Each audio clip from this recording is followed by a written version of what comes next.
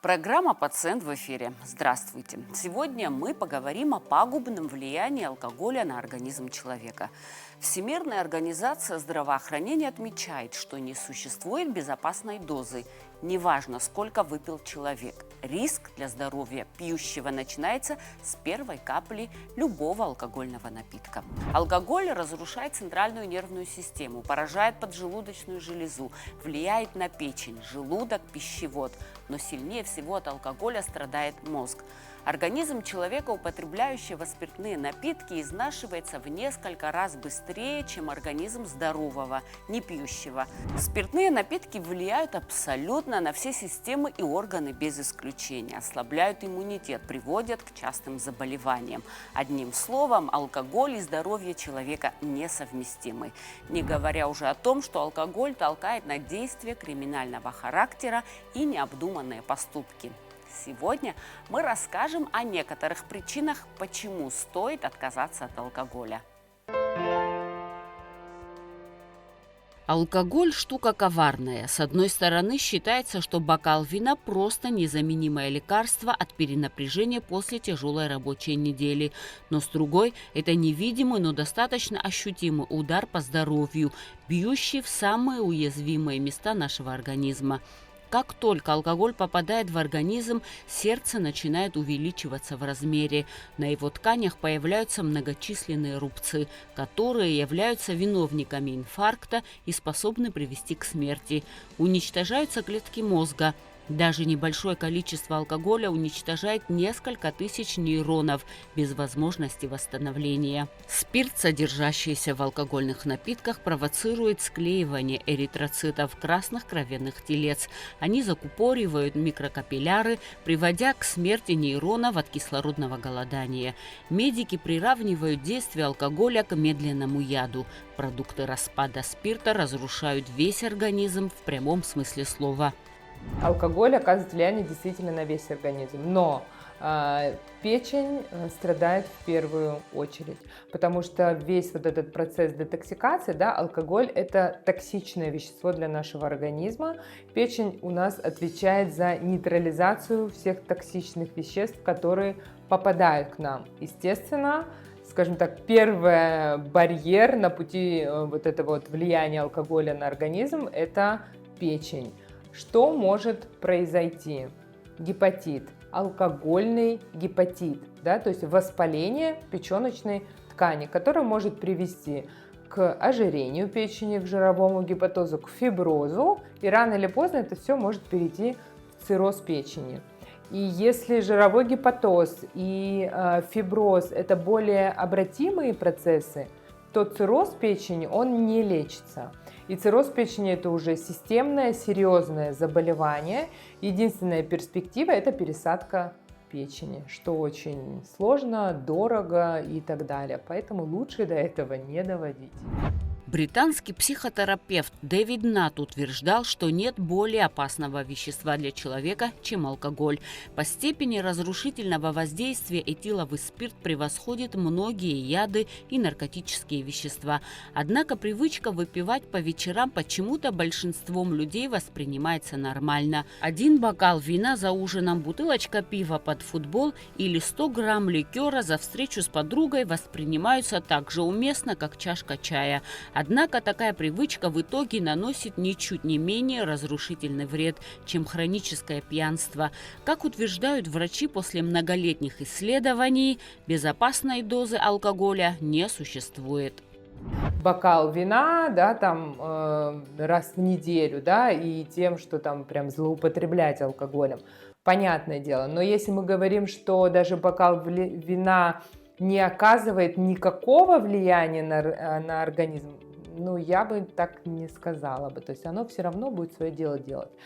При том, что если человек в целом ведет здоровый образ жизни, следит за качеством питания, за физической активностью, работает со стрессом, со сном и так далее, то тогда еще вот этот даже бокал вина или два, он будет более безопасный. Но если человек никак не следит за своим здоровьем, тоже есть разница, кто этот бокал вина пьет. Кстати, пиво, согласно исследованиям Всемирной организации здравоохранения, одна из причин возникновения рака прямой кишки. А все из-за растительных смол, которые, являясь сильнейшими канцерогенами, в большом количестве содержатся в шишечках хмеля. Вред пива для организма проявляется в нарушениях ЖКТ. Желудок страдает от употребления любых газированных напитков. Углекислота повышает кислотность желудочного сока, что приводит к гастриту, заболеванию, создающему благоприятную среду для размножения Helicobacter pylori. Эти бактерии являются причиной язвенной болезни желудка, которая часто переходит в опухоли онкологического характера, и много других аргументов не в пользу пива. Сейчас сезон же лета, и это же прям у нас очень любят летом холодное пиво. Во-первых, оно пьется в большом количестве, потому что оно не такое крепкое, его пьют в большом количестве. Во-вторых, это, наверное, единственный алкоголь, ну, помимо там, да, какого-то некачественного алкоголя, который я бы вообще не рекомендовала бы пить, особенно мужчинам. По какой причине? Потому что в пиве содержатся фитоэстрогены, и это тот напиток, который делает из мужчины женщину. Почему мужчины, которые очень любят пить пиво, рано или поздно у них становится фигура более такая, похожая на женскую фигуру. Поэтому вот мужчинам точно нет. Ну, опять там, не знаю, бокал пива раз в месяц там выпил, еще не критично. Но вот летом я просто вижу, что по 5, по 7, по 10 бокалов, бутылок могут в течение дня пить. Пиво в прямом смысле делает из мужчину женщину. То есть у мужчины начинает вырабатываться больше женских гормонов. Я думаю, да, это, может быть, это будет аргументом. Хотя у меня были парочку пациентов, кому я так объясняла, и они говорят, да, мы знаем, но как бы ничего с этим сделать не можем. Человек может прожить без некоторых органов, без селезенки, с одной почкой, без желудка, с отрезанной большей частью кишечника. Он не проживет только без печени, который является фильтром всего организма. По словам врачей, есть некоторые способы, как поддержать печень во время употребления алкоголя. Но это при условии, когда человек употребляет редко и ведет здоровый образ жизни. Есть некоторые секреты, которые помогают избежать этой интоксикации. Но если мы поддерживаем именно некоторые биохимические процессы у нас в организме в дни, когда мы пьем алкоголь, там и день-два после, да, то это очень помогает нашему организму справиться с этим пагубным влиянием алкоголя. Например, просто я сейчас буду говорить, и все знают, что сразу побегут и будут это все приобретать, но я скажу, но с оговоркой, что это не значит, что вы можете там, да, каждый день там или через день пить алкоголь и просто пропивать эти препараты. Это первое. И тут еще, естественно, зависит от количества алкоголя, которое вы употребляете. Что помогает? Элементарно янтарная кислота, она везде в любой аптеке есть, продается в таблетках. Флуэмуцил, который мы все знаем как отхаркивающий препарат и пьем, когда у нас простуды, но это N-ацетилцистеин, который очень классно помогает нам работать с токсическим воздействием любых, да, и в принципе помогает нашей печени. Это витамины группы В, да, могут быть. Можно еще туда добавить перед употреблением алкоголя, то есть вы знаете, что там вот сейчас будет застолье, и вы, возможно, выпьете, да, если вы понимаете, что вы выпьете не просто бокал вина, да, как у нас любят, да, тамада, особенно если то, можно выпить какой-нибудь обволакивающий препарат, банально в любой аптеке можно взять там фосфолюгель или гивискон, вот альмагель, что-то из этих, либо есть очень классный гастригель, он растительного просто происхождения, но очень классно обволакивает это все. То есть вот такие вот маленькие фишечки, да, которые помогают нашему организму. То есть это не так, что если вы это выпили, то все, вы сможете выпить там не литр, а 3, да, например. Нет, это не так работает. Это помогает нейтрализовать немножечко, помочь вашей печени, да, нейтрализовать вот это пагубное действие алкоголя. Ну, не более того, если так можно сказать, да, то есть, опять-таки, чтобы это не было призывом к действию, но я прекрасно понимаю, что, ну, есть люди, которые там могут иногда позволить себе выпить, да, то есть они не злоупотребляют алкоголем, но могут иногда выпить, переживают, как это будет действовать на их печень, вот, пожалуйста. Несмотря на многократно доказанный вред, который наносят человеку спиртные напитки, доля их потребления практически не снижается. Достаточно большое число людей подвергаются риску развития алкоголизма, заболевания психики, в основе которого лежит неконтролируемая тяга к спиртному. К сожалению, в Абхазии проблема алкоголизма стоит остро, наряду с наркоманией. По словам Ирмы Ануа, главврача Республиканского наркологического диспансера, который функционирует в Сухуме с 2001 года, после войны увеличилось количество людей с алкогольной зависимостью, и по сегодняшний день эта проблема стоит остро. Алкоголизм – это очень серьезная проблема, и я бы сказала, даже, конечно, она на первом месте по распространенности заболевания. Вообще такая статистика у нас существует, вот на 10 людей с алкогольной зависимостью приходится 1 человек с наркотической зависимостью, то есть в 10 раз больше людей с алкогольной зависимостью, чем с наркотической. И вот от 23 лет, как ни странно, даже есть такие пациенты, от 23 лет до 80 лет тоже. Вот есть такие, ну, молодые, которым 23, 24, 25, ну, скажем так, до 30 лет, которые люди с алкогольной зависимостью, их меньшинство.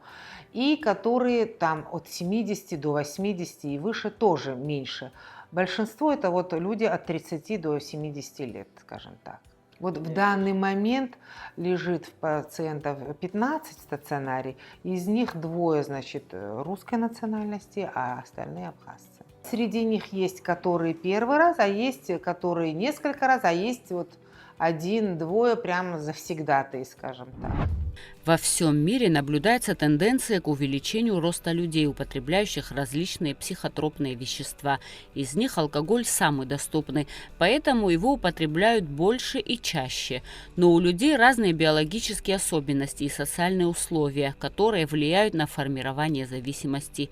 Еще один фактор. Многие пытаются избавиться от наркозависимости и переходят на алкоголь, тем самым меняя одну зависимость на другую. Момент, когда человек уже, значит, начинает употреблять алкоголь систематически мы не называем каждый день. Когда я вот говорю пациенту систематически, они думают, что я имею в виду ежедневный прием. Нет, но если даже человек регулярно, допустим, каждую пятницу, субботу, вот выходные, воскресенье употребляет алкоголь всего лишь на выходные дни, но это длится несколько лет, допустим, 3, 4, 5 лет, то уже через 5 лет формируется зависимость.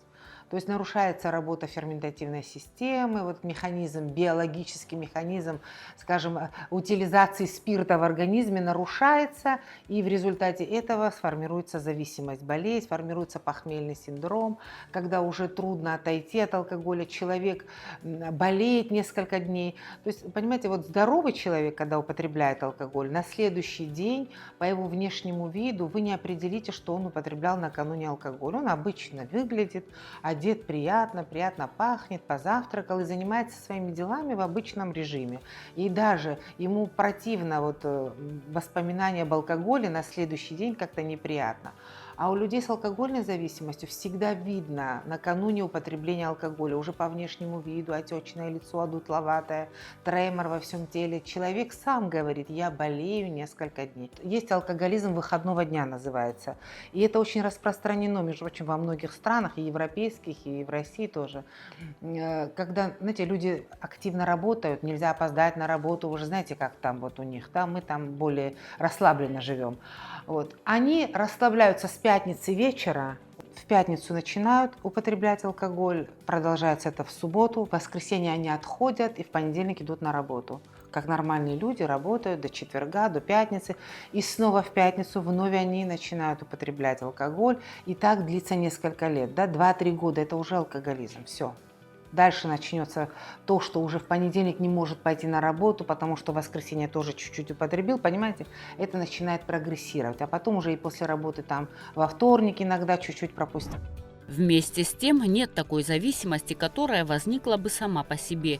Чаще всего алкоголизм произрастает именно из привычки прикладываться к бутылке в моменты особенной радости и печали в кругу друзей и близких. Причем речь не только об отъявленных алкоголиках, которые и дня не могут прожить без бутылки, но и о тех, кто гробит свое здоровье в определенные дни.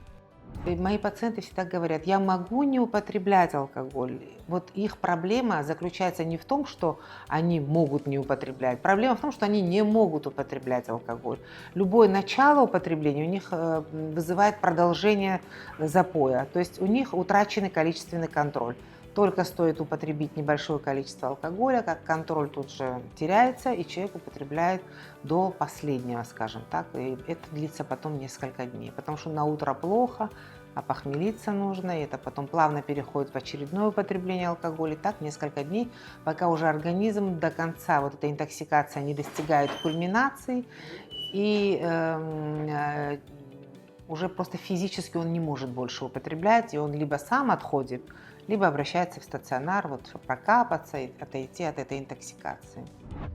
Алкоголь не зря считается разновидностью наркотических веществ. Спиртные напитки оказывают на психику эйфорическое воздействие, продолжительность которого составляет от часа до полутора. Вскоре после этого человек впадает в депрессивное состояние, сопровождающееся агрессией и приступами панического страха. Реакции снижаются, а ясном мышлении в такой ситуации не может быть и речи. Именно по этой причине, как известно, водителям нельзя пить. Вождение в нетрезвом виде может закончиться самым плачевным образом.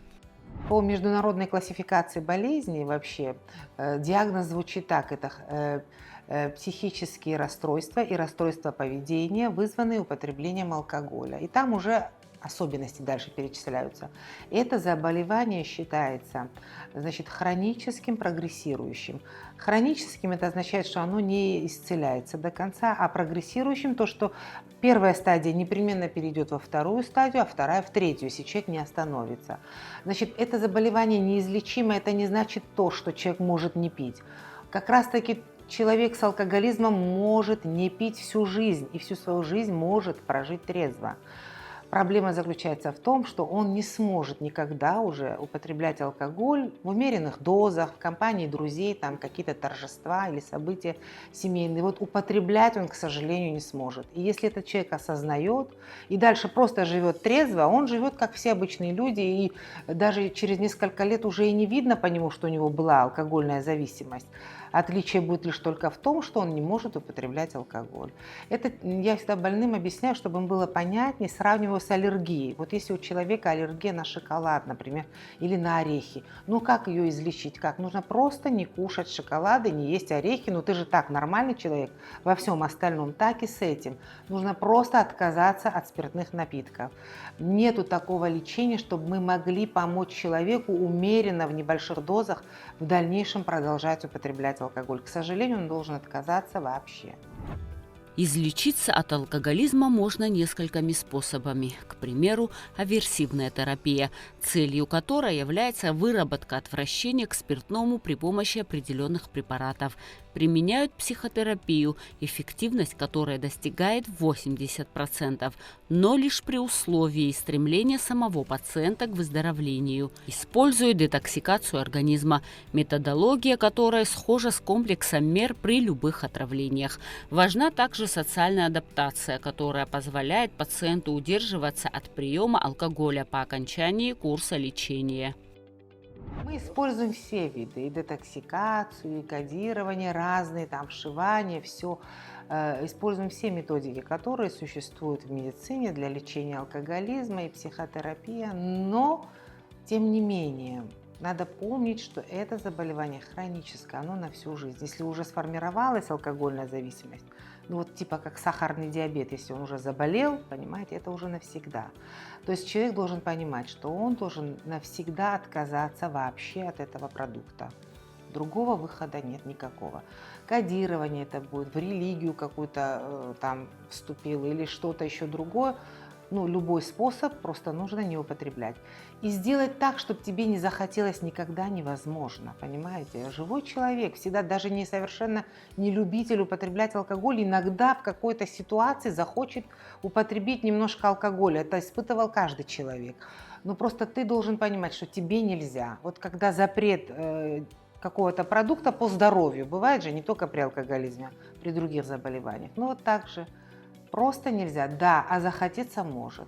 Первые годы, когда человек вот начинает жить трезво, первые годы чаще возникает желание употребить алкоголь, возникает ситуационно по привычке. Знаете, вот обычно там понервничал, заснуть не могу, что-то болит, или тоскливо, или компания, или просто как-то вдруг какие-то ассоциации возникают в головном мозге, хочется употребить алкоголь. Но постепенно, с годами, это становится все легче, легче и легче. И уже потом живут, в принципе, долгие годы. Я знаю многих людей, которые всю свою жизнь прожили трезвыми и так вот без срыва.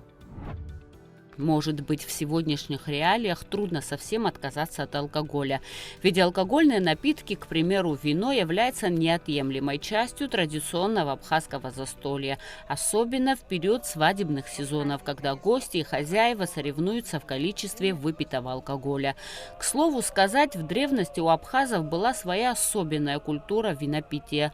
Она требовала от участников застолья не только проявления ораторского мастерства, но и умения пить, не пьянея и достойно заканчивать застолье. وخلنا كنا شارع نمي بسواز أجد يخا أيز لارج وزاق أريدود زمز ناسكي يخا يحي درج برتزف شكرة يقرط ويزاق زمز دويتس كتارتو عراقي خدات شذنك سحوتا مني وزخراجنا شلوا أنا تشو زجملو وشنو وكنو غزر خمس غدول أبشمي حب أقولي يطاني برشوي يبرشخو ماب مخك لارزو زريكي أبنو حرزاكو نبرياريش يحب عيرز غازنا زناركو زوبري وبراك شرشنو وبراقا أريد أمام زارابو زمزي قزوز يرا يامو أليشا أريد يايخوز كدقزم أريد خشيلو ويايرو بحقو نيرحوز وصناكو خاميا أريد أنو حكت بي أريد أي تراجرة حرح أبسوا حقم أي مكيتشك خيقز يخاوز عليك يا تشيجيكا يدبا نكون يخرزبوس وبراقا أيو شو كرزيق الله لخشخ كنر شحورني قص يخا أبسوا حقن أريد تاجرقن حو يكسر شوز يزر تشاجوز سوسي يتسزبوس وبراقون أو يلمشو يحاب ياجوكو رزو قنزة يام خشزر واحد درش زومس واحد درش زومس يحب دقن بابا يزخيت يخشرك شحورحون ويسيبش ويخلبش يزرون أبري وروقن دقن أو يوم تش صوت كحزر ش دالك أما ممزرجة شكت دكتور أخمز غزدز ورواقون وصناكو أو يرشراكو زمزي خداز أو يبطو يكسراكون يري خطايا حب يشيزدم كلو قنزة أريش بيجواستكي ويخلب شريمان وي يشارزيكي رنبدا نرتو نبابس أبري خمس خفيرقوت أبري يقوم أريش متسخاجرة شيخ أنامزة سوبريزة شنا بدا نزع أريش يانر بشو أقلشة يرى ليشة وقار أريش وجيتا قلت مواجه حرحوزر دار زي خمس غل. Абхазы хорошо понимали, что чрезмерное употребление алкоголя приводит человека к неадекватному поведению. Поэтому в течение всей свадьбы в давние времена не проводились ночью, гости выпивали не более 10 стаканов вина. Были случаи, когда вино применяли в нетрадиционной медицине, в лечении некоторых заболеваний. أيوه يخشوف هنر بخصوصا يحب بشي زخز أويه يلنا خويتها ما تكدم خارج يدرجو نبرخ يتشيش يرلا خويت يرلسني خبساويتها أرجت أجنا يحب يقص شمزركوا أحد شوما تشكوما ممزارجيا أتعشرقن абҷа цәаркаҷыҳәа иҟаз иахьагьы иҟоуп, убри зҭааз аҭаацәа рҟынтә арыжәтә рыжәӡомызт зынӡаск. Зынӡаск агьама рбаӡомызт убри ахәыҷы иԥырхагахоит ҳәа. Ус анакәха аимадарак ыҟан амни арыжәтә ихылҿиаар зылшо хымҩаԥгашьа бааԥсы даҽак изыннажьыр алшоит ҳәа. Аԥсуаа ҳҟын аҽынкылара ыҟан амни аҳаԥшьа ыҵаҵаны аныҳәақәа ирызкны иҟаз убри аамҭа мааикәа иагьа аҩугхаргьы ахыртлара азин ыҟаӡамызт. Уи азыԥшын. Аӡахәа ыҵаҵаны ажь иҿалаз иалхны акәын аҳаԥшьа иҭарҭәоз аҩыцқьа шыҟаз. Милаҭ заалагьы дара рхатәы ҟазшьак ҷыдарак иалыркааз ыҟоуп аԥсуаа ҳҟынтә. Абри еицәажәаганы, абри ҳаҭыр еиқәҵаганы, абри ус еицырӡбо, еиталаны иҟаз аҟазшьоуп акәымзар арыжәтә ыжәны дыбӷаӷо хьымӡӷын. Убарҭ ахьымӡӷқәа иахьагьы ҳацәцароуп. Мы перечислили основные последствия, к которым приводит разрушительное действие алкоголя. Поэтому вам стоит задуматься, прежде чем решить, пить или не пить.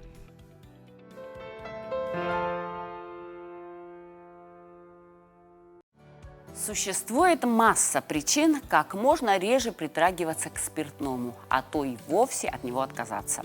Да, алкоголь на время создает эффект расслабления. Да, он раскрепощает и снимает внутренние зажимы. Но тот вред, который организм получает параллельно, сводит на нет и без того небольшие преимущества алкоголя.